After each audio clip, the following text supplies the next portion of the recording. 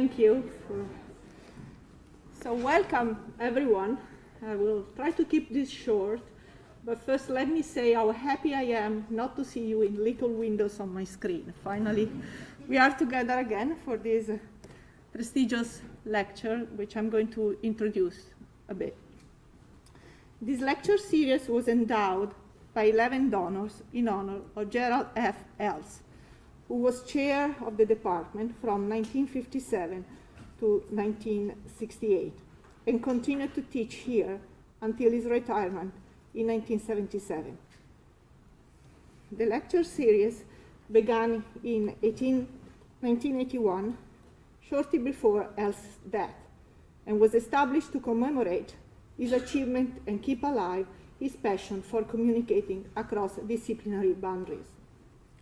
Foremost among Els' achievements was a book entitled Aristotle Poetics, The Argument, published by Harvard University Press in 1957.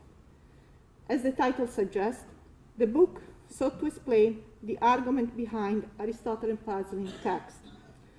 Through a rigorous analysis of every word of Aristotle's text, Els showed that there was in fact a coherent argument, and that the passages that once seemed out of place or illogical, in fact, contributed to a well-considered and subtle argument. A second notable accomplishment was Els' founding of the Center for Coordination of Ancient and Modern Studies in 1968 at the University of Michigan. Els passionately believed the scholars of the ancient and modern literature should be in dialogue with one another, and that the ancient world had much to say to the modern one.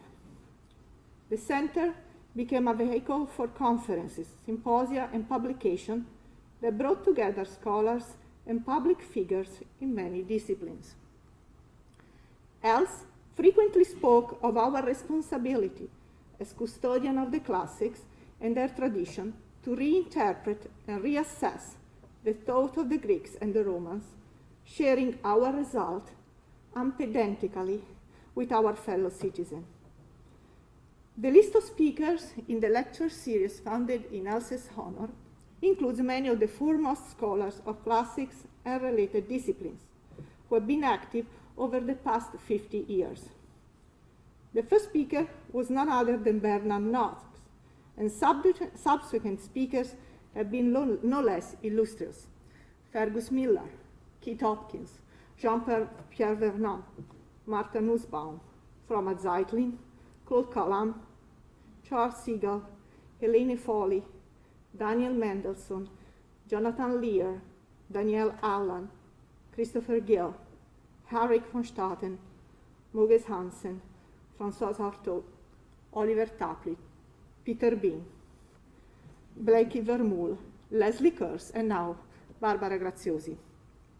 What distinguishes these scholars, including our speaker today, is that they are not only first-rate classicists, but also that they've been creatively explored the approaches and methods of other disciplines in order to ask new questions and find new answers about the ancient past.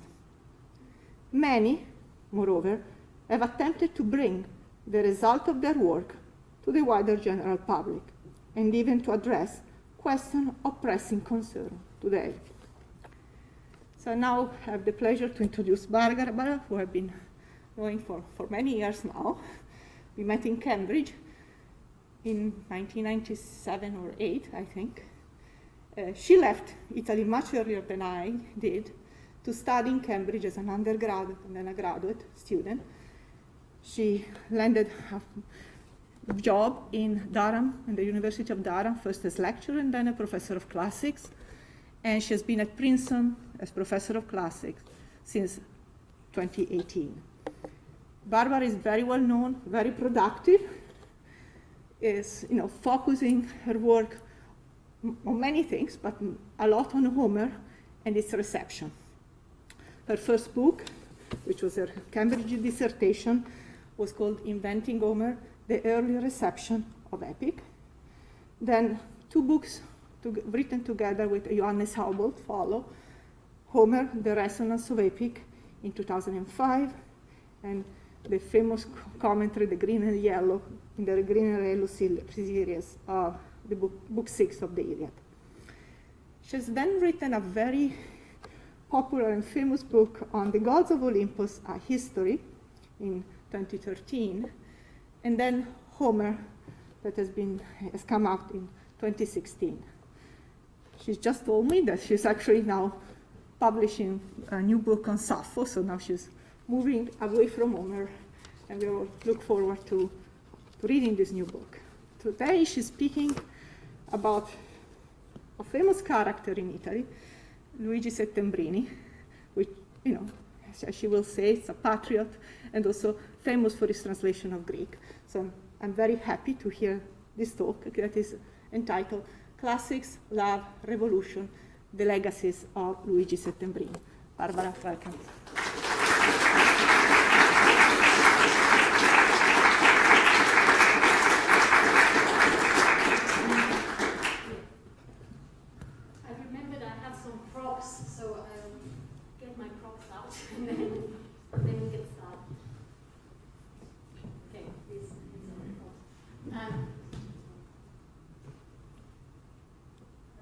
Okay, I'm good.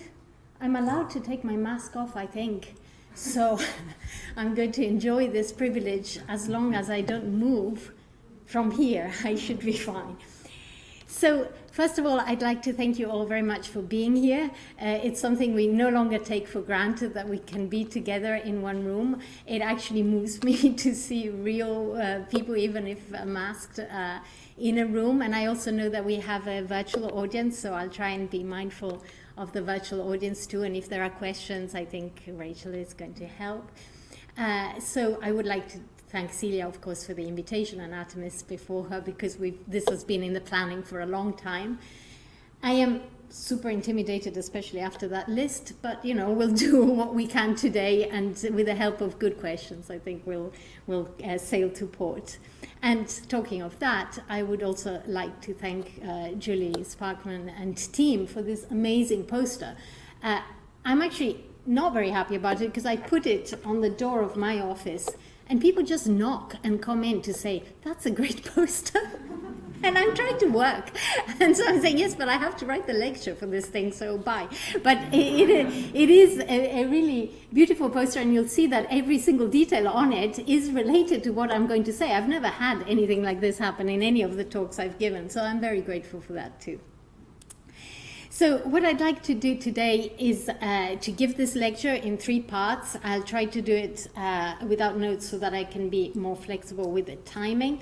And I understand correctly it's about 50 minutes or something, and then we have some time for questions. That's, I think, the plan, but tell me now if it's not, because I'll do something else.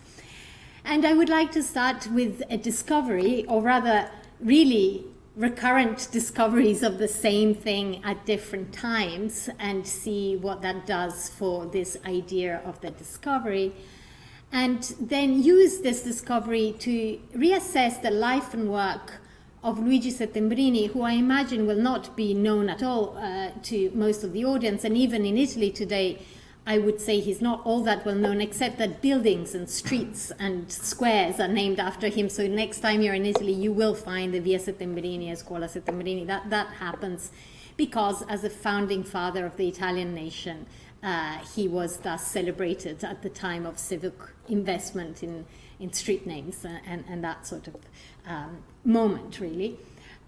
He was a classical scholar, so I'll say something about his classical scholarship. He was also a revolutionary agitator, and he was put to death condemned to death in 1849, actually 51, but after a long trial for his involvement in the 1848 revolution.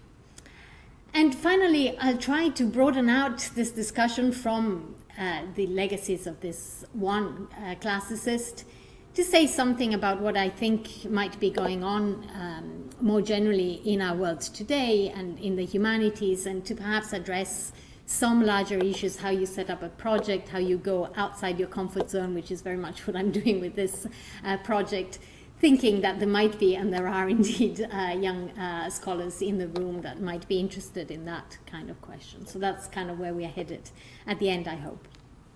So the story of the discoveries starts for me in Naples in 1937, and it goes like this. The Raffaele Cantarella, this man, who was in charge of the papyri from Herculaneum and working in the National Library in Naples as curator of the papyri, was looking for a codex, a medieval codex.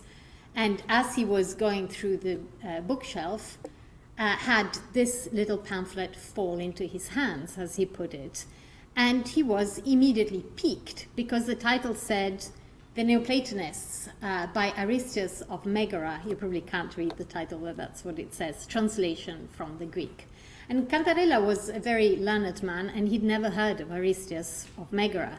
And so he got interested and he started reading. And then a detail that I find moving, he said, I started reading there and then because it was easy to read. No, he usually read papyri, charcoal papyri from Herculaneum, so obviously this was in Italian, in a nice handwriting. He read it there and then, and he was very disturbed by the content. It was a love story between two boys who live together because one is an orphan, fall in love with each other, explore the pleasures of sex, first with one another, then they fall in love with two girls, they marry them, but they also continue having sex with each other, and the tale ends with the two of them intertwining their feet as they used to do in their boyhood. So there is a sort of ring composition at the end of this erotic tale, which is written in a very elegant and very entertaining Italian, with allusions that are very light touch, so you're not going to pick them up immediately because it's just an enjoyable tale, and it makes me blush when I read it, but it is quite an easy read, as Cantarella put it. He figured out it was a fake. There was no translation from the Greek. There was no Greek original.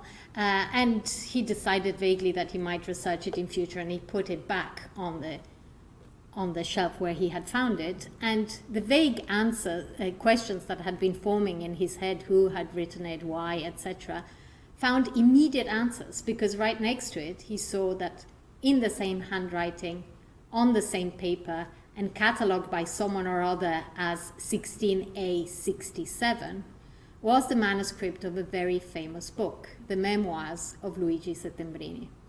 And so the answer was right there on the bookshelf, in the archive, as it were, in the library.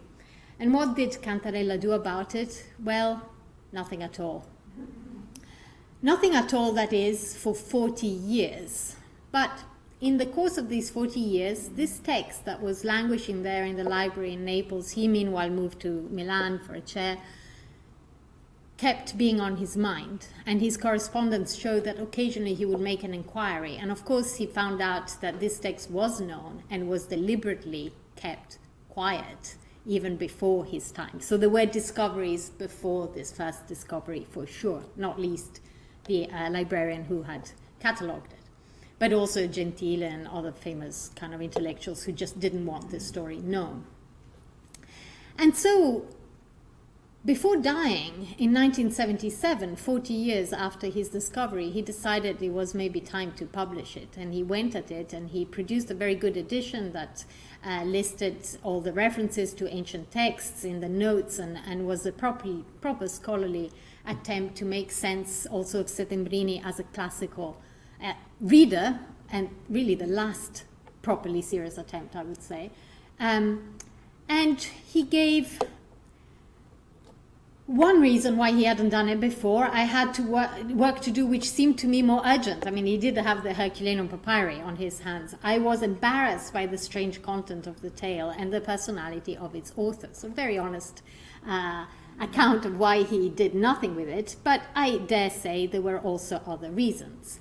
In 1937, Settembrini and all the other fathers of the fatherland and the heroes of the Risorgimento, the uprising that freed Italy from foreign domination really and united the country, were being repurposed by the fascists as predecessors.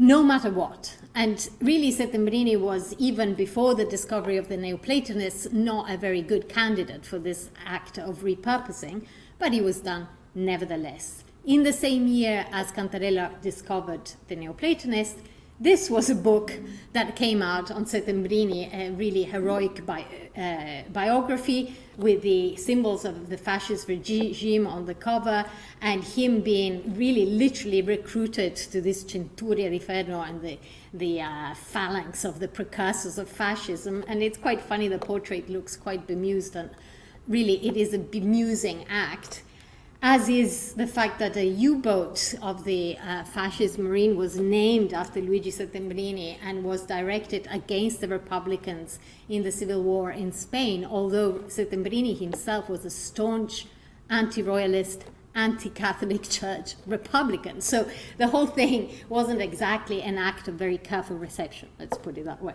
But there it was, and for Cantarella to bring out a text written by Settembrini with homoerotic fantasies would have been not just distasteful, but quite possibly completely damning to any future career of Cantarella himself at that point. And this because it militated against the particular notion of Italian virility that started to come out already in the Risorgimento itself, though not by Settembrini, but Garibaldi and other figures you can imagine, and which was meant to answer Northern European visions of Italian men as effeminate and almost Orientalist visions, and therefore in need of foreign governance. So these ideas about Italians being weak and lazy and generally a bit like women were used to justify really foreign interests and control in Italy. And so then there was a massive, and there still arguably is, a massive reaction against that kind of notion, promoting certain very virile forms of oppressive masculinity that came out already in the Risorgimento and were much amplified in the fascist period. And this has all been well studied using neocolonial theory, really, post-colonial theory. So he said nothing, and then in 1977 he thought that it would be okay to publish now. The work cannot in any way touch the figure of a man and the patriot, a figure so worthy of admiration and respect. Well, how wrong he was. What actually happened was that he died before he could complete his publication, and he was put in the hands of a quite unscrupulous and controversialist, really, Giorgio Manganelli, who,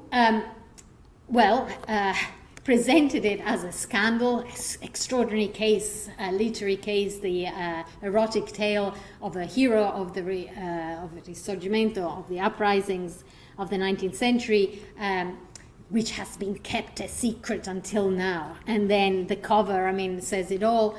And then if we hadn't got the picture already, he gave a quite extraordinary new introduction that presented this allegory of the fatherland, very somber and very oppressive, and his authority completely punctured.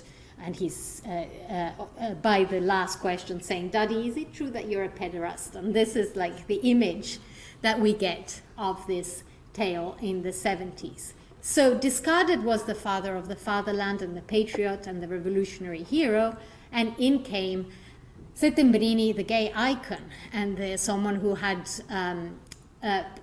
proposed a very positive image of homosexuality already in the 19th century, and moreover, a tale that was fictional, presented as a translation from the Greek, set in ancient Greek, was taken to be testimony, evidence from his life, while his own memoirs were completely discarded as fake. So there's an interesting story about what is fiction and what is fact that was completely flipped around in the 70s. And so exactly as it happens 40 years after this, I came across this tale for the first time because my friend Andrea Capra said to me, "You should translate this into English. It's been translated into all the major languages except for English. Why don't you have a go? I can't do it. It's very difficult to render the elegance and the humor of the tale, and maybe it will prove a challenge for you, Barbara, and see if you can do it." It is difficult to do. I have now done it. It will be published, but it's not, as I said, it makes me blush, but also it is very elegant and very humorous, and I'm not sure whether I managed to convey the full extent of it, but at least I tried. And then Andrea and I together decided to write a book around it called, like this lecture, Classics, Love, Revolution, The Legacies of Luigi Settembrini. The translation will be part of the book. And the question then is, why? Why did we decide to do it? And there are various answers. So the most straightforward, and this is not a very noble motivation that scholars have, but it's to correct predecessors, right? So I am not happy with the dichotomy between Settembrini the patriot and Settembrini the writer of homosexual fantasies being completely kept apart. And it seems to me actually that it is his work of scholarship, of classical scholarship, that needs to be brought into the conversation in order to show what are, to me anyway, very obvious connections between what he thinks should happen in the public sphere and in the nation and what he thinks should happen in the bedroom. And they're one and the same thing based on reciprocity, reciprocanza as he calls it, and equality. Equality, moreover, not just between men, but between, and this is important, men and women. Why do I say this is important? Because if you read any theory of revolution, one thing that everybody says is that no matter what revolution, at what point, which revolution you pick out, women have contributed and never profited. So there is a question here also from a feminist point of view of what would happen if instead of having the womanizer Garibaldi as the icon of the Risorgimento, we would take a figure like Settembrini and start thinking through this figure as a sort of possible correction and revision of that particular historical moment. So these are some of the reasons.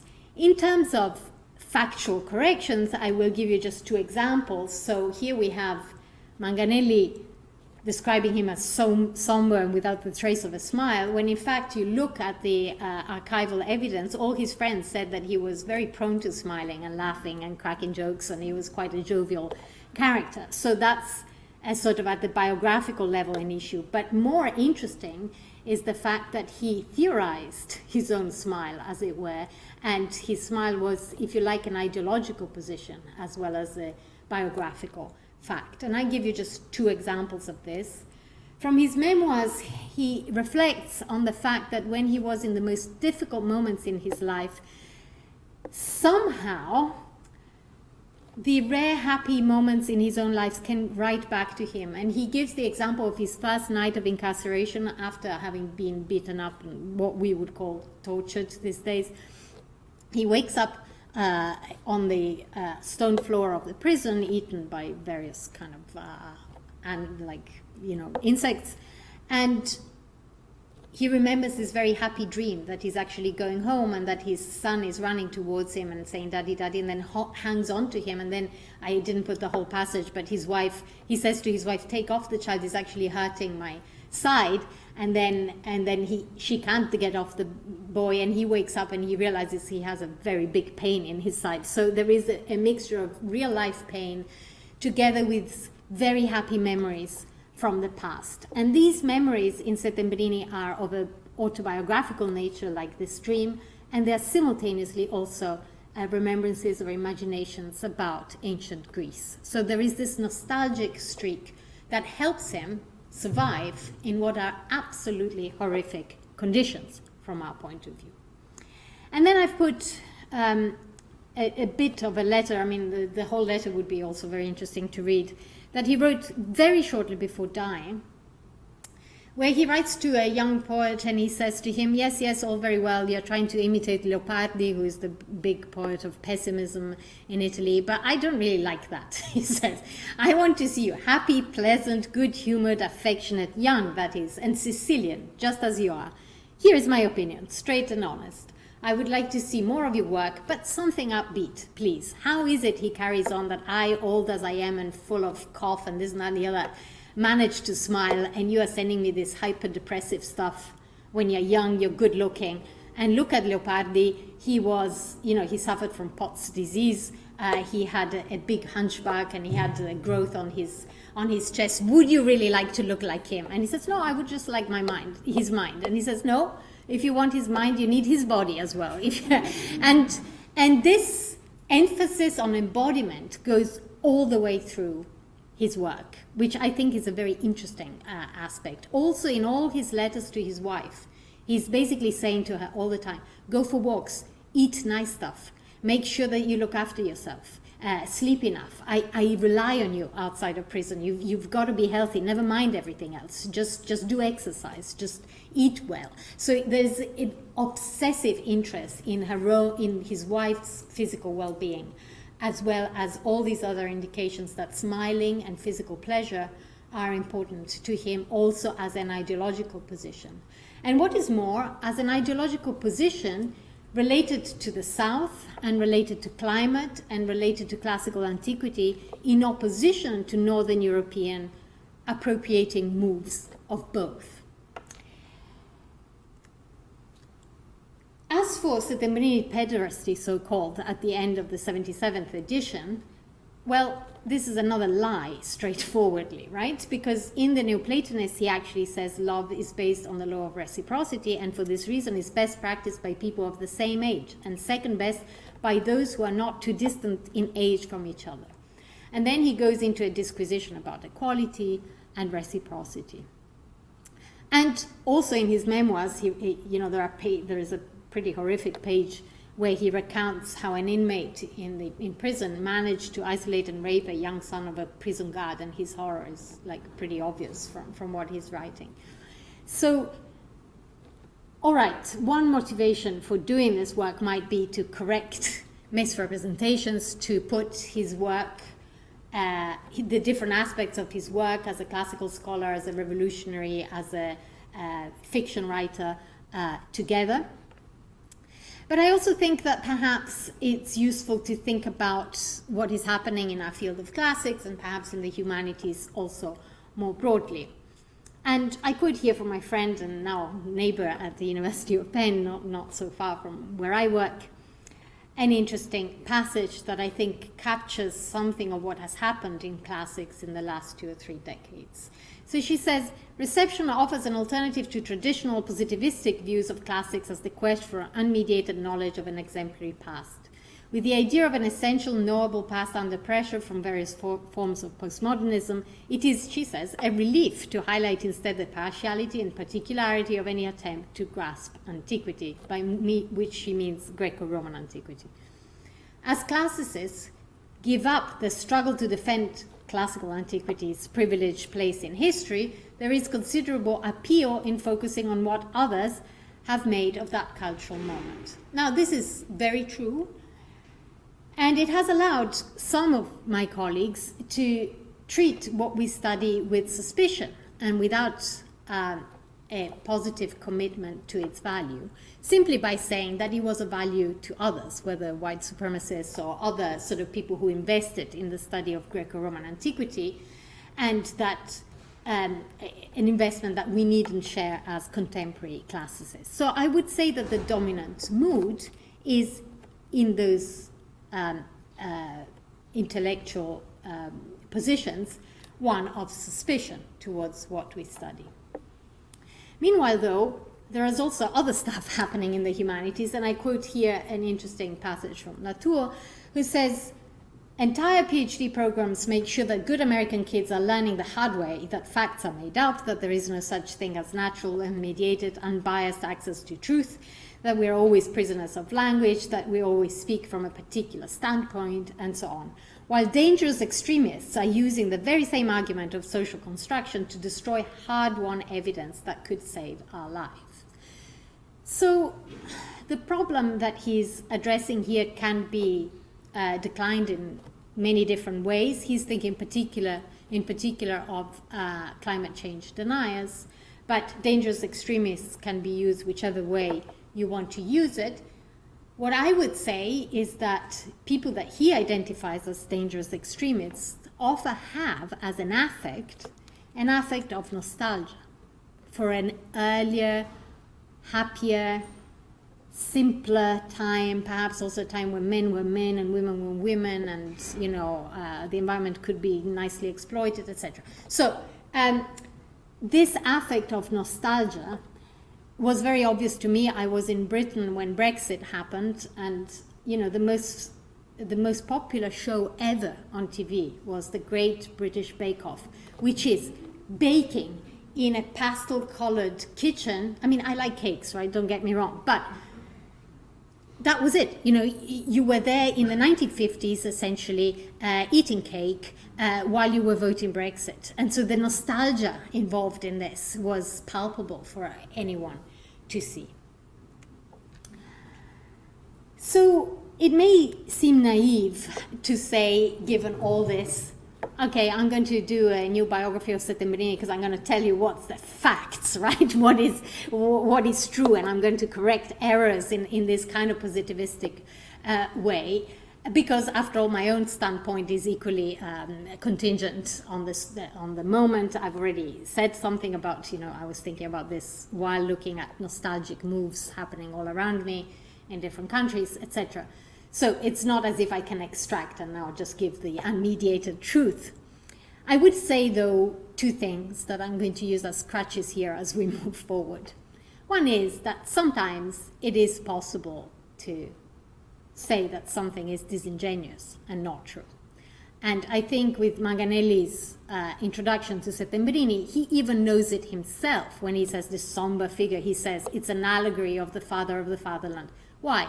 Because if we actually look at how Settembrini looked, how he was described, how he theorized the smile, it would all fall to pieces. So he is already making defensive moves to prop up this image that he needs for his own reasons.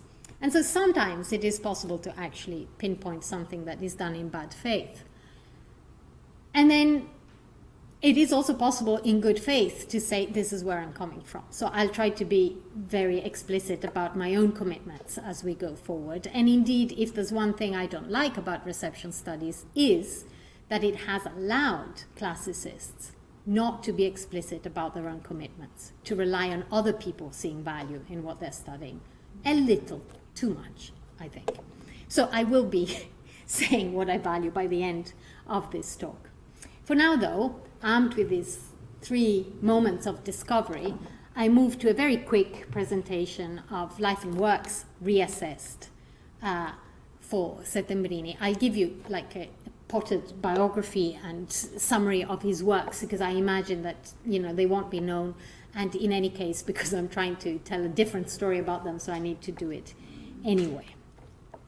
So he was born in Naples in 1813 to a very liberal family. His father had been on Napoleon's side and on the side of the Neapolitan Republic, and had then been imprisoned with the restoration of the Bourbons. There were dangers involved, and he was sent to boarding school, in part because as a little kid he was apparently chatting too much and saying things that he shouldn't have said about what was happening at home, and he claims putting his own family in danger.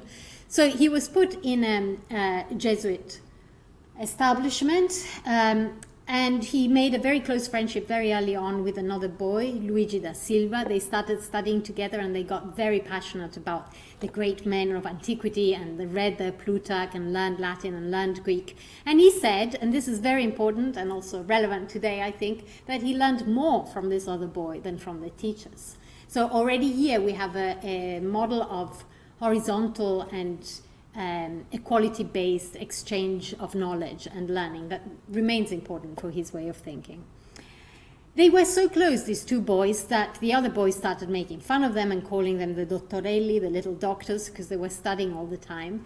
And then in the Jubilee of 1825, a priest came to talk to the school children, and he talked with such simplicity and convincing candor, as he put it, that he converted Settembrini and his friend to Catholicism in a much stronger way than they had been before. And they started worshipping and doing all sorts of ascetic practices together.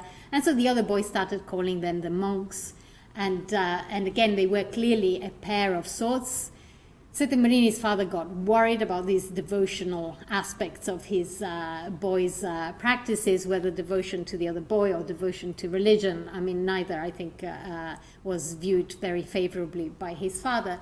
The two boys were put in separate rooms, and then Settemarini was taken out of the school altogether. And then he talks about how he met a girl afterwards in the other school that he was when he was at home, and various other stories. Started training as a lawyer, didn't manage to get to defend properly to men who had stolen bread because they were hungry, as he put it, and that very much disillusioned him, comes back again and again, and decided to become a teacher of Latin and Greek in a provincial liceo in Catanzaro. He describes how he got there on a donkey, and how, I mean, this is, no one was literate in those years. The city of Catanzaro was full of guns, he said, but not much else. And even so, he began to conspire against the Bourbons towards an uprising in those years. And he was betrayed by a priest, and he was incarcerated. His first incarceration, 1837. A year later, he stood trial and was acquitted for lack of proof, but they kept him in prison anyway. That's how the system could work. So he remained for a long time afterwards, 3 years, at the disposal of the police in absolutely dire conditions. Meanwhile, his young wife, when he was arrested, she was 22, she had a 2-year-old son, and she was pregnant, and she had no income as a result of this. And what she did was that she traveled mostly on foot from Catanzaro to Naples. She went back to her own family of origin, very poor family of origin, and she started trying to petition the authorities to see her husband. She was allowed to do that, and she established a system of communication with him because she was allowed to deliver a parcel of food, and inside the wine bottle that was always very dark, she would put messages wrapped up in fig leaves to keep them dry. And he would write back to her. And these messages are still in the Museum of the Risorgimento. And so they kept this communication going for years. And he also writes very moving pages about her. He said, this misfortune made her strong and severe and very impressive. And I started loving this woman even more than before. And she said to him something like, now that we are in it, you'd better man up and make me proud. And he said, this speech gave me a lot of courage as I faced all manner of deprivation in prison. Still in prison, he managed to write a short fiction, a Platonic fiction called Dialogue on Women, which he dedicated to her, and he said she had authored by giving him all the ideas in there. He argued in it against Rousseau, the great ideologue of democratic systems of government and subjugation of women in one go, so he argued against the second part. He translated the Poetics of Horace, unfortunately not Aristotle, otherwise we would have a nice connection. And why did he do that? In part because translations were good money-making operations at the time, and his family needed money, so he was trying to work things in prison so as to support his family. Then he came out. He was no longer allowed to teach in public school. He became a private tutor. He continued to conspire. He penned the Protest of the People of the Two Sicilies, a very Tacitus-influenced indictment of the regime that circulated very widely, was read also in London, etc. And he was caught for it, and he was put to death. And while he awaited to be sentenced, because it was a weekend, so he was sentenced on Friday, and then you don't kill anyone Saturday, Sunday, so he was waiting there for 3 days in the chapel with heavy chains on his feet, and again he ended up in some kind of reverie of pleasure, even while he was physically suffering with two other people who were condemned to death. Well, while that was happening, and he writes about it in 3 days in the chapel, his wife was very, very busy trying to petition everybody and the various authorities and the king himself and priests and envoys of the British government and anyone she could get reach that weekend. And his sentence was indeed commuted to life imprisonment in the infamous Panopticon on the island of Santo Stefano, which looks like this. And the Panopticon as a structure was theorized by Bentham, the utilitarian philosopher, in 1791. This building was built 2 years earlier, so no one really knows what the connection between the theory and this actual building might be. There may be submerged connections that we don't know about, but the principle is that you have a guard in the middle that can see inside every cell of the prison, and that you control the mind as well as the body, especially the mind of the prisoner. Settembrini himself wrote about it as he came in, and his wife, as usual, very cleverly managed to have this thing smuggled out of the prison and published in the Edinburgh Review, at which point, very big players like Gladstone were interested, Panizzi in the British Museum, so it had immediate resonance outside. And of course, the Panopticon more recently has been theorized by Foucault in Discipline and Punish. And his big thing is that this kind of punishment was a disciplining of the mind rather than the body. But of course, in practice, that's not how it worked inside the Panopticon, as Settembrini makes clear. So we have this description of how he came in after escaping the death sentence, how it looked like a theater, and it was, it's very Dantesque. It's in 3 levels, 33 cells. I mean, you could do a nice study of the architecture here. But what was most frightening was that inmates were regularly killing each other.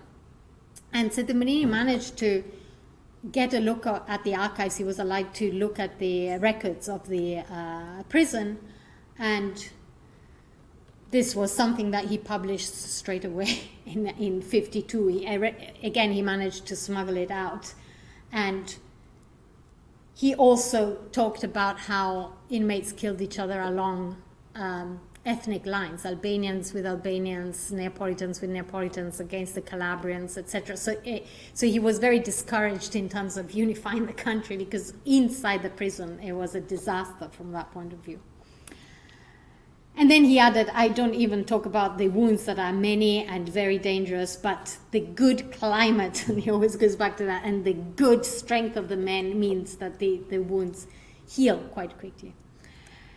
And he was allowed on this corridor, and in fact all the prisoners were forced onto these corridors to witness what would happen in the center, which was the regular beating and lashing of prisoners who had misbehaved for one reason or another. So although Foucault says this was the control of the mind, there was a fair amount of controlling the body too, in this, at least in this structure. Foucault is talking about a different panopticon. And so we read, for example, in his diary, the screaming of the inmates would make even Archimedes lose his concentration. Yesterday again, the same screams and whistles against an inmate who had stolen and raped a chicken and was therefore given 50 lashes in the courtyard while the dead chicken was held over his face. Now you try and study, you try and concentrate in this prison. Well, I was working on this during the pandemic, and I felt so inadequate because I am so distracted and I cannot concentrate. And this man, he says he can't concentrate, but he actually translated the whole of Lucian inside an overcrowded cell with common criminals. These 2 books were produced in just over 2.5 years. So it made me feel like completely, utterly inadequate. I can't even finish this book, and, okay, lockdown was not pleasant, but it wasn't like this. And while he translated Lucian, he tried out his translation on his illiterate cellmates. And this is a very idealized picture of what it was like, based on his memoirs. There's someone spinning I don't know the English actually. Anyways, he's doing some spinning there. Someone else is repairing shoes, because they all had to work inside the prison to keep, to buy the food. And then they were cooking inside this cell, so he was completely covered in ash, not at all as elegant as what you see in this picture. But this moment in which he's trying out his translations of Lucian on this varied community of Calabrians and Neapolitans and Albanians and so on in there was one of the founding moments of the Italian nation, and the gods also listening in for entertainment. Why? Why did he translate Lucian? He is a very strange author, and he himself says, will I have done a good thing sewing some Italian clothes for a Greek man who believed in nothing and made fun of everything? Would it be a useful thing? So he's even asking himself that, and he's saying, I need to think about why it is that I'm going for Lucian. And I think several answers present themselves. The first is freedom of speech was something that he was very interested in Lucian. Humor, very interested in that. He wanted to give his inmates and himself a good time by translating funny stuff. He was interested in a popular Platonism of the body, and I could say a lot more about that. We are only now catching up on this with Richard Hunter's book on receptions of Plato and Plato in the novel, and clearly he was tuned into that aspect of Platonic reception. And then, last but not least, elegant and accessible diction, an easygoing form of Atticism in Greek, which he was trying to reproduce in an easygoing Italian that would have some element of the dialect. It wasn't as clean as Manzoni, but would be understandable to a whole nation of people who actually only knew dialects at the time and were mostly illiterate.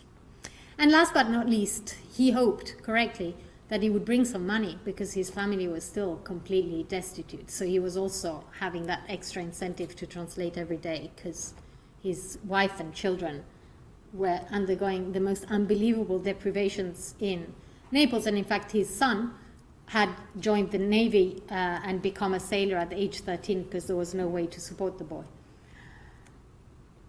Meanwhile, his wife was planning his escape together with Garibaldi, Panizzi in London.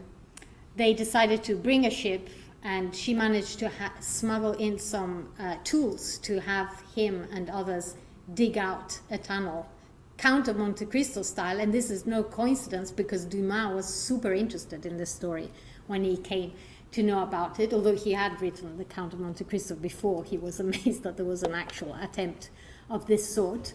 And it was all working well, and they had actually dug the tunnel, but the ship that was supposed to pick them up shipwrecked. So then his wife had to communicate to him that he should cover the hole and hide the tools and keep quiet. And then, there's a PhD in here, not for me, but for someone, looking at all her negotiations, trying to figure out, because all manner of chances and adventurers were saying, oh, we can get them out, we can do this. And meantime, she was trying to read the political situation, see if there might be a diplomatic means of getting them out, etc. And eventually, the Neapolitan government thought it was too much trouble to keep them in prison and decided to send them into exile to the United States. And while they were waiting in the Bay of Cadiz for the US schooner to come and pick them up, they waited there for a month.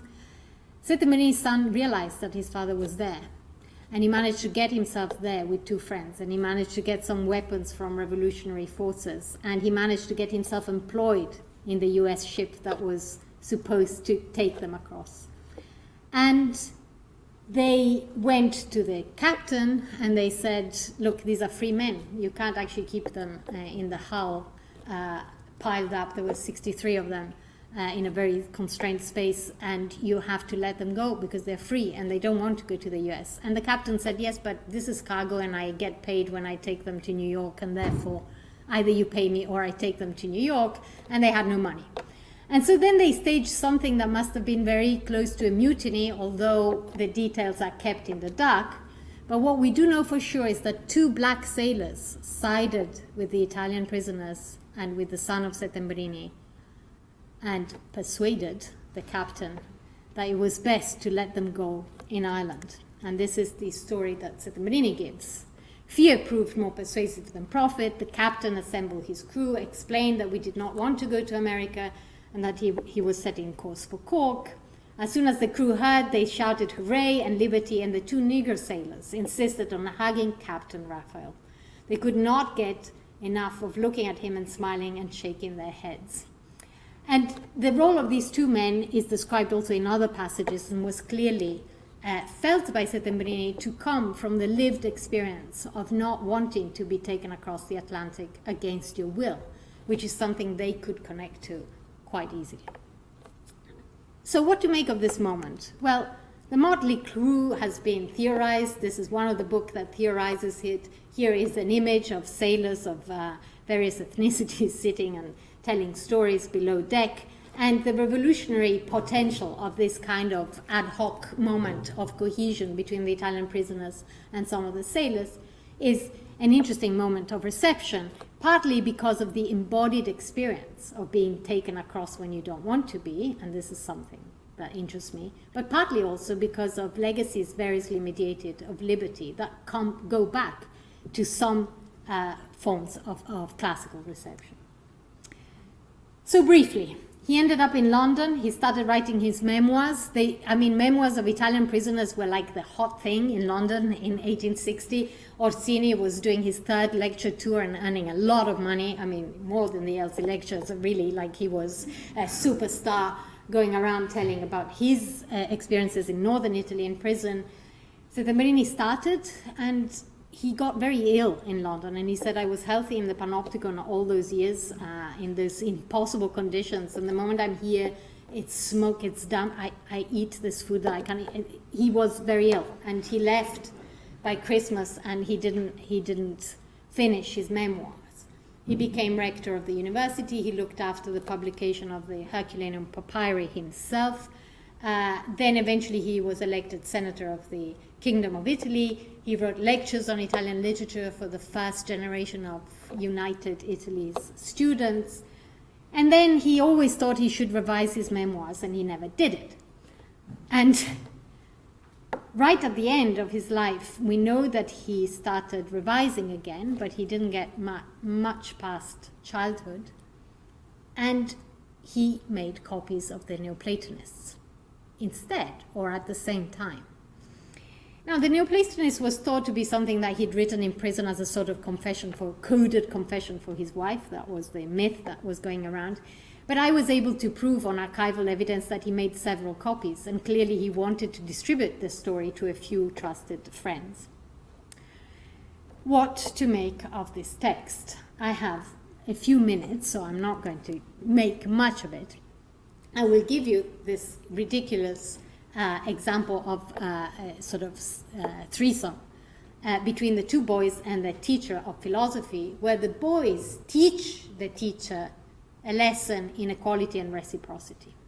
And where he says, well, in the bedroom you should essentially swap roles if you have a homosexual relationship. This is implicit criticism of ancient practices as well, and it is a teacher of Platonic philosophy that gets educated and corrected here. But reciprocity and equality also pertains to heterosexual relationships, according to Settembrini, something that has been completely disregarded in all the reception.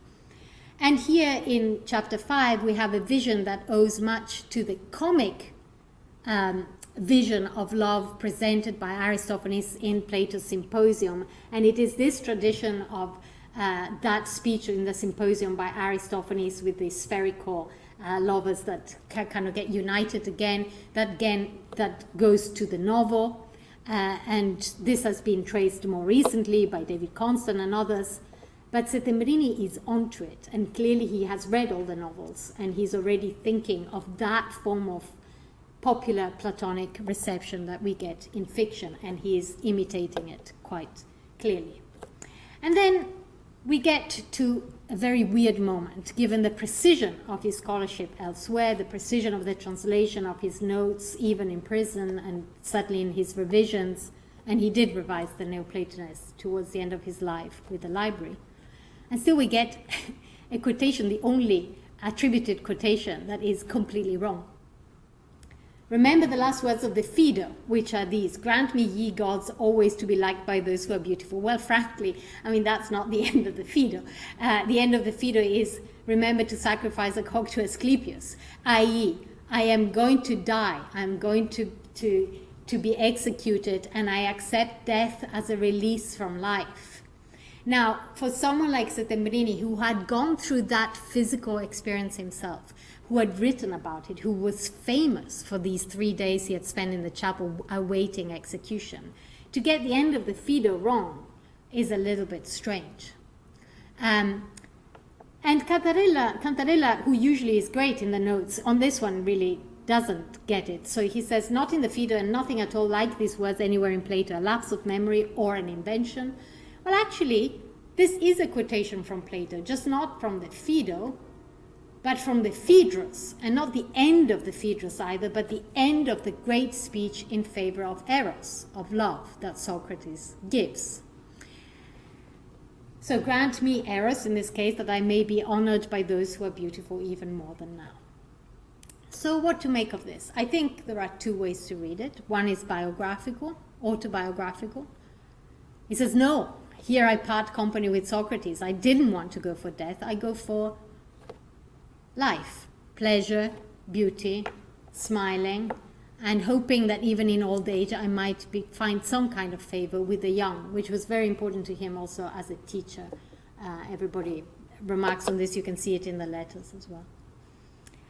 So that's one reading. But the other reading is also an implicit correction of the Platonic tradition. And I think a lot more needs to be done with Settembrini, the critic of ancient literature, than has been done. So although he is going to antiquity, going to his own early and happy memories for comfort in what was a life very, very severely lacking in comfort for a good portion of it, he at the same time exercises criticism in a way that has not been picked up because he's not polemical or aggressive about it. He does it sort of implicitly through quotations and little games and manipulations of the kind that you see here.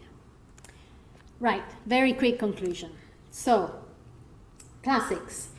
As you know, some of you will know, there is a lot of debate in our field, in part fueled by my own colleague, Daniel Padilla Peralta, and this, I've given just one example of an article written about him. And what I've answered some of the things that I said there and I've given you the link in our local newspaper because the students were a little bit confused. And what I want to say about this is that it is important what Daniel has to say about the field, but also that it is informed by what has been called by Paul Ricoeur and others a hermeneutics of suspicion. And there are other ways to relate to the field that also need to be taken into account here, and that have to do with different kind of affects. And so one thing that I think Settembrini is helping me do is to think about classics in terms of love that can be related to, for example, what Sedgwick calls a sort of reparative mode of reading, one possibility among other possibility, and so a move towards sustained seeking of pleasure and a hermeneutics requiring love and care for what we do. From a position of depressive disposition or a position of weakness, a weak reading, she's saying here. It's not like the kind of, muscular philological love of Wilamowitz or that kind of thing. And finally then, what does this say about revolution?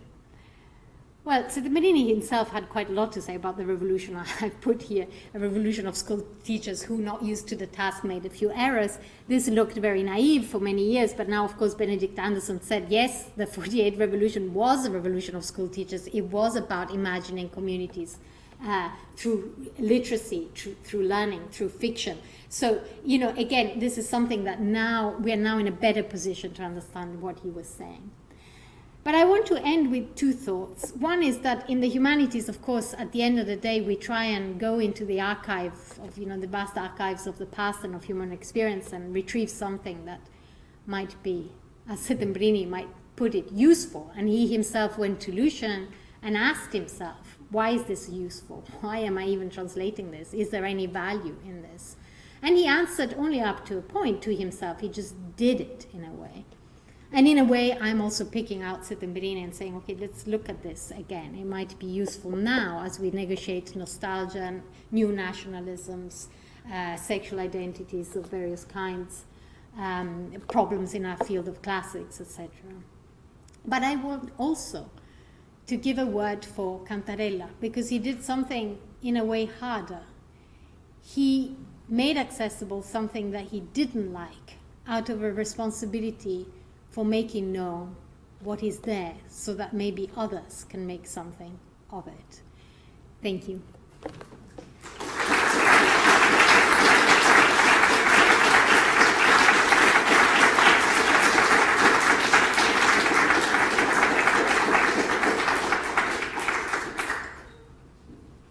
Okay, I hope for questions. Questions is the most fun. Wonderful and stimulating lecture. Please feel free to ask questions. We don't have a microphone, but raise your voice. The indication. Yeah, and then repeat the question so that people Yeah, we who are can, online yes. kind of know what's going on, and we should all be good. I'm just hoping for some questions.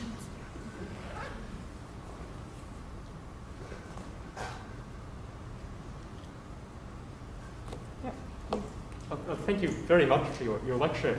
I wondered, since you were talking about the reception of Settembrini, say in Cantarella, whether in your researches you considered at all that for many non-Italians, the first encounter with the Settembrini would be Herr Settembrini and the Magic Mountain, and whether there's anything to be said about. So I have followed this through because, of course, this is always the first question. You know, is Settembrini in the Magic Mountain of Thomas Mann, is it inspired by the actual Settembrini? He is a free thinker, he is homosexual. I mean, there's a lot there that makes you think of that.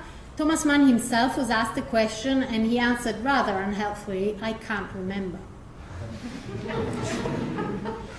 But I think not, actually, because he wouldn't have known about the Neoplatonists, so the whole homosexual angle, very difficult. And he had another good reason to call him Settembrini, which is just September as the month of Italian unification, and so you would come at it that way anyway. So like Thomas Mann, I don't know.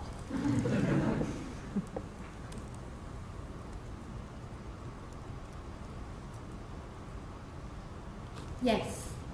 So the question, if you have something to say about the title, why it picks the Neoplatonist as Thank you so much. Yes, I forgot. Actually, I was going to say something and then I forgot. So that's great. So the Neoplatonists is a bizarre title because, first of all, Neoplatonism, Neoplatonists are modern terms. So, you know, this was a new coinage when he used it. It had just been introduced into the Italian language. And so from his point of view, calling his tale the Neoplatonist is already saying this is a fake. This can't be a translation from the Greek because this is a new term. Now, again, no one has really made anything of this title. Cantarella himself says, oh, it probably just means philosophers vaguely inspired by Plato. But when we read the lectures on Italian literature, Settembrini knows exactly what Neoplatonism is. He describes it and he hates it. He really, really, truly hates it. And he hates Ficino, and he says of Ficino, the great Renaissance translator of Plato, said he would have been fine had he just translated Plato, but then he went on and read Plotinus, and that got him completely confused in the head. And he became very abstract, very esoteric, and very ascetic, and very contemptuous of the body. So, and then if you think what these Neoplatonists, so-called, these two boys are up to, they're just like having sex all the time. That's the story, right? So how does that fit with Neoplatonism and Neoplatonist practices of asceticism and sort of relegation of the body to higher matters is, I mean, it's quite clear that he's being polemical. So this is another even better example than the rather recherche quotation feed of Phaedrus that I've given you of the kind of mode of criticism that he has, which is at the same time a joke. I mean, how can you call these guys Neoplatonists if all they do is pleasures of the body? But at the same time, it's also incredibly serious. And Settembrini, if anything, became more radical in his denunciation of Catholic hypocrisies, as he called them, in the course of his life. And what I would add to this that I only recently discovered is that the Greek novels were popular in his time, already when he was a young man, before he went to prison, so we do know that he read them. And also, it's a good thing about working on recent stuff. I got a list, like there is a list of the books that were in his library when he died. And anyway, so there is, it's like, and you can discover this, right? So you just go to the archive and there it sits and you can pick it up. And one of these books was called Mescolanze d'Amore and had ancient and modern novels, and they were prefaced by Plotinus on love. So all these erotic tales that were going around from antiquity had this Neoplatonist frame around them to allow for sort of allegorical interpretation. And he's going for that frame, but at the same time he's having a massive joke about it, right? That's I think, pretty obvious. Okay, thank you for that question. Yes? Can you say more about the passage where he's dreaming about his son, but he's the one who feels the pain? It seems like it's an allusion to Astyanax and Hector in Iliad 6. I wondered if you had a reading of why it's, it's sort of this reversal where instead of the son feeling scared or in pain, it's the father figure. Were you? Yeah. I thought you were perhaps headed in that direction there, but I was curious to hear what your reading of that scene is, if it has these Iliadic allusions to it. So the good thing about Settembrini, because he's a classical scholar, so the question is, when he dreams of his son, is this an Hector Astyanax moment in his memoirs? And the good thing about Settembrini is he knew his Homer extremely well. And he also, in this passage, gives us, I fell asleep on the stones like Diomedes in Book 10. So that's the passage that he tells us he's thinking about, rather than Hector and Astyanax. And why is he thinking of that? Because he gets thrown into this cell, and still with his suitcase that he had put together when he was arrested in Catanzaro, and then he puts his head on the suitcase. And, I mean, this is how well he knew the Iliad, right? There is a line in Book 10, who remembers it? I mean, I've been working on Homer most of my life, I couldn't remember it, that Diomedes lies down and he wraps up his mantle and he puts his head on the mantle. So he had that image in his mind there. But the point remains that he is using antiquity as well as personal recollections to keep himself going. And, if we want to extrapolate from that moment to what I was trying to hint at, the current political situation and the role of nostalgia, it seems to me that a lot of what has been said against nostalgia fails to see that nostalgia is a great psychological resource to keep going. So before we shoot down nostalgia, I think we need to think about what its resources can be, and then how it is used, what you remember, what you're nostalgic for, how it relates to the utopian imagination, how it relates to political action. These are all important questions. But I would just hesitate before saying we're not allowed any nostalgia, we're only allowed a relationship to the past, and especially the classical past, that is suspicious and hostile, right? That was part of the sort of background of the lecture that I wanted to point out. As for him, I mean, it's amazing what he's, and then people have asked me, well, what is this thing, this Neoplatonist? What is all this, like, love story between these two boys? Is it lived experience for him? Well, you read the memoirs, you read what he writes about one Albanian who was in prison with him and how they spent their nights together and they told each other stories and how they cooked for each other and how they basically sat at home within this unbelievably overcrowded cell, the two of them. And it's not difficult to see a love story in this, not at all. He even then asks his wife when he is in London, have you heard about him? Do you have news of Gennarino?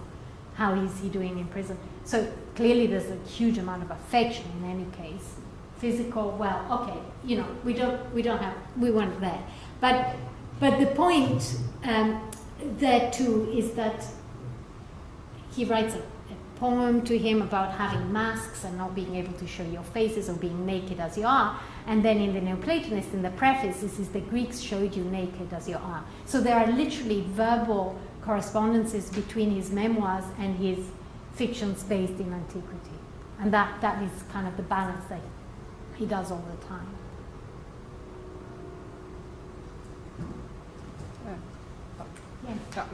Very many local questions that I'm not going to ask you now. We can do it later. Yeah. But just putting together what what you've just said about what he does with Plato and how he reinterprets it. I wonder whether we can put it also together with his translation of Lucian, because in a sense Lucian does exactly the same for his own. So I don't know. So the questions are two actually. One, to what extent he was aware. Do you have any evidence that he was aware that he was, in a sense, Lucian was his model in his writing, the Neoplatonists? Yeah. So he is his model up to a point, in the sense that the Herodotus Lucian's loves that particular piece presents a very different image of homosexuality and heterosexuality. And the likes of Cantarella, Gigante and Cantarella are the only two classicists who've looked at this. And they said, oh, it's like Lucian, but it's not in that sense, right? So that, I think, is an important preface. Having said that, you're absolutely right, and we have good evidence because he wrote a discourse on Lucian as well as the translation. So we know exactly how he was reading Lucian, what he liked about Lucian, and what he thought the relationship between Lucian and Plato was. And also, he makes quite a bit of the fact that Lucian is not Greek.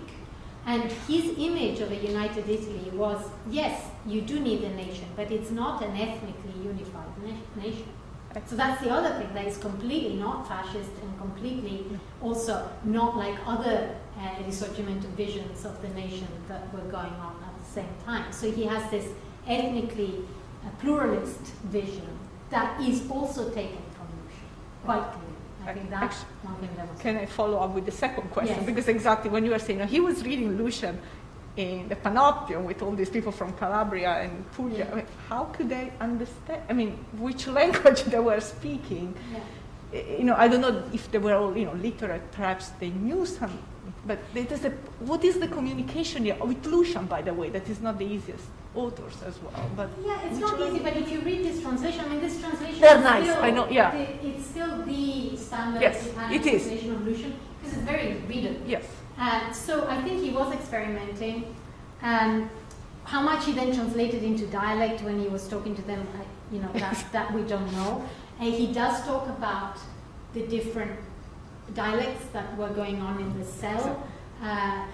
He also was doing an enormous work of dignity building inside that cell. So within a year of arriving in the first he's shocked, of course, it's terrible. These people are so dangerous. I mean, they're knifing each other. He's aware of all the weapons that are hidden somehow in this supposedly sacred. I mean, he is very afraid to start with.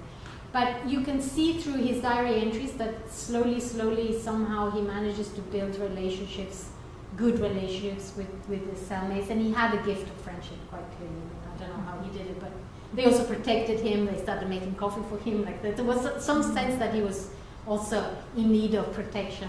But the other amazing thing that he did is 2 years in, there was a massive earthquake in Basilicata, and he made the inmates donate money for the victims of the earthquake. And this, of course, hit the national and the press in Naples, but also the international press. And raised the cause of these people who were in for life, and some of them had been in 40 years, didn't know that trains had been invented, that kind of thing. And he sort of said they should become benefactors of the future nation and look at the victims of earthquakes and so on. So he also had that enterprise. How they understood Lucian, I don't know, but some of it is the true story. Yes, exactly. So it's like, I don't know which bits he read out, but some of it you could, I think, have a good time.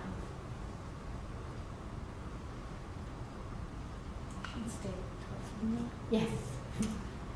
So I'll preface this by saying that I myself am a fan of reparative reading. Okay. I will ask you though the following: one of the challenges of working with Sedgwick's work on reparative reading is that she unfortunately passed away really before she could further articulate it. Yeah. And so in subsequent decades, it's been picked up above all, by Rita Felsky. Yes. And Felsky has coined what she terms post-critical reading, Yes. Which I think is in the URL in there. Yeah, post-critique, I've used it too, yes. Yes. Yeah. And in turn, Felsky has faced pushback from people in her own discipline of English. So I was just wondering if you could talk a bit about what you see as some of the limitations of reparative, post-critical reading, perhaps even for classics. Well, obscurantism would be an obvious one, right? I mean, that you sort of sweep under the carpet what you don't like, and the sort of cherry picking what you like, which is what I've done. You know, I like Settembrini, I work on him because he gives me a good time. I sit there, I quite like the guy, so it makes it a bit easier to write this book, although, as I said, I'm nowhere near as productive as he is. But there is some of that. So that is an obvious limitation. But, you know, a hermeneutics of suspicion, it also has problems. And it has problems, as Felsky and English-centric would say, if it becomes the dominant or the only acceptable mode of reading. So I think what I am committed to is a sort of eclectic pluralist approach to reading that. And in fact, I do believe in the value of, even in the classroom, right, having a text and saying, okay, so let's try and do a suspicious reading, let's try and do a reparative reading, let's try to do a Marxist reading, let's, you know, a sort of new historicist reading, and show what different readings bring out. And then you don't even need to say, okay, this is then the unified solution, right, to how we read this text, but you just show that there are different lenses and different bearings, points of view that you can bring to this act of reading. And this, to my mind at the moment, is quite important in terms of avoiding certain essentialism masquerading as representative pluralism, right, to quote Spivak.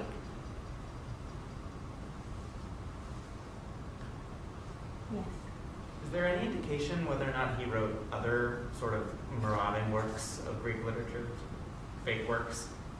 Yes, so the Dialogue on Women is, so that is set in modern Naples, but it is completely based on it's a sort of, the Phaedrus gives the structure, but then it's modern characters.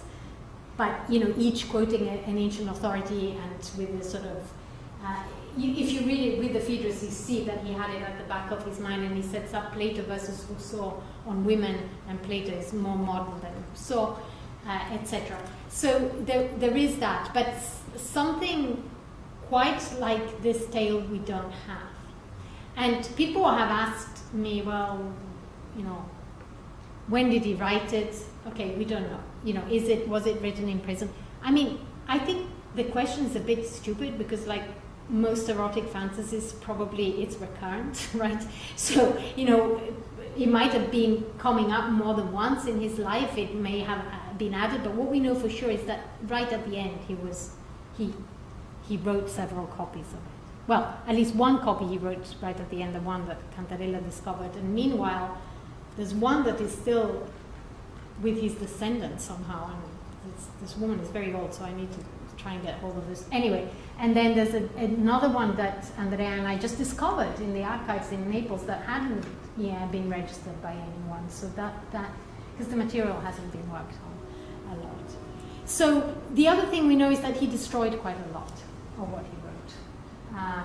But the other interesting thing is that this one wasn't destroyed, his wife didn't destroy it, his children didn't destroy it, so, you know, to go back to my final point, sometimes you keep something even if you don't like it, and you work on it even if you don't quite see what it might be useful for. All the work of, you know, in my sort of post-critique piece, I make quite a bit of textual editors, of archivists, of scholiasts, of all these acts of curatorship that are quite modest in a way and are quite collaborative, collective, not egomaniac. Well, I mean, Aristarchus is a different story, but, you know, like, the world's more anonymous forms, and to make something of that in the humanities. Yeah. And so I say we don't have to think of classics as conservative, but we do have to think about conservation, right? In the more sort of kind of green environmentalist sense of that word. Yes. Related question. If he's making copies, presumably that's so he could circulate it. But do we have records that anybody else read this in his lifetime? Like, do we know what else was happening with these copies before they ended up in Naples or with his descendants? So the question is, do we know what happened with these copies? And the short answer is no. And I'm not hopeful that we're going to know. But I mean, if you're copying everything out in a good hand, at the end of your life, it is because you want to circulate. So that's already good enough, because this has been dismissed as something he never wanted anyone to see, or some way of saying to his wife from prison, look, I've had sex with men, but then what do you want? I'm here for life. You know, like that kind of confession to his wife, a myth that came out. But the reason, I'm always interested in biographical myths. You know, I did write Inventing Homer. I'm really interested in biographical fictions. And I think the reason for that fiction is that, to be honest, the love story between Settembrini and his wife is super moving. And used to be celebrated until the Neoplatonists came out, right? So there is also, and what I find amazing about it is that all the time from prison, he's writing to her, you know best, you decide whether I should try and evade or not. This is like a life and death decision. And he's like, what do you think? I'll just do what you tell me. So there's an enormous amount of trust in this woman. And the other thing to say about her is that she wrote quite well, and we have her letters not published. So that will be another project to write about her. And in fact, the two that have been published are so lively that critics said he must have written them and just attributed them to her. So, whereas he says, the dialogue on women is actually your work. You told me everything that is in here. So he's attributing authorship to her. Meanwhile, you know, in the late 20th century, people are doubting that she could write the way she did. But if you go to the archive, it's in her hands, you can see how she's writing. And even though she didn't have much formal education, she educated herself quite clearly and quite effectively in her negotiations. So she's, again, very funny. I mean, she tells some quite funny stories, even in this difficult circumstances.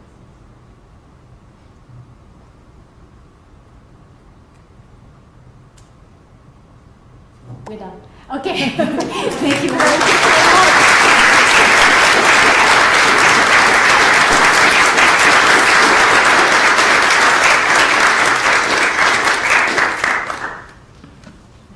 You can now relax and enjoy it.